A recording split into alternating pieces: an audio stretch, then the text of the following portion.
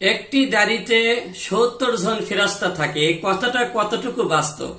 আমরা অনেকে এরকম ধারণা করে থাকি যে একটি দাড়িতে ৭০ জন ফেরেশতা থাকে, সুতরাং একটি দাড়ি যদি খুলে যায়, পড়ে যায়, ঝরে যায়, তাহলে এক্ষেত্রে তার ৭০টা ফেরেশতা কমে গেল। তো এটা একটা অযৌক্তিক একটা ধারণা। এর শরীয়তের সাথে এর কোনো সম্পর্কই না। দাড়ি রাখা এক মুষ্টি পরিমাণ, এটা ওয়াজিব।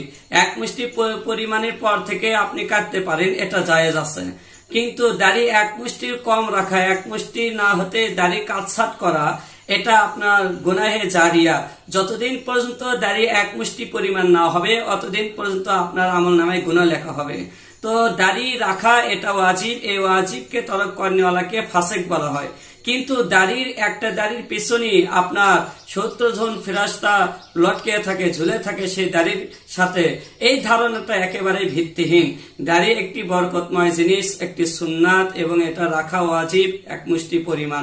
অতএব আমরা সহি কথা মানুষের মাঝে প্রচার করার চেষ্টা করব এবং অনর্থক বাজে কথা থেকে আমরা হেফাজত থাকার চেষ্টা করব। বানোয়াট কথা মানুষের মাঝে প্রচার করার থেকে আমরা হেফাজত থাকবো ইনশাআল্লাহ।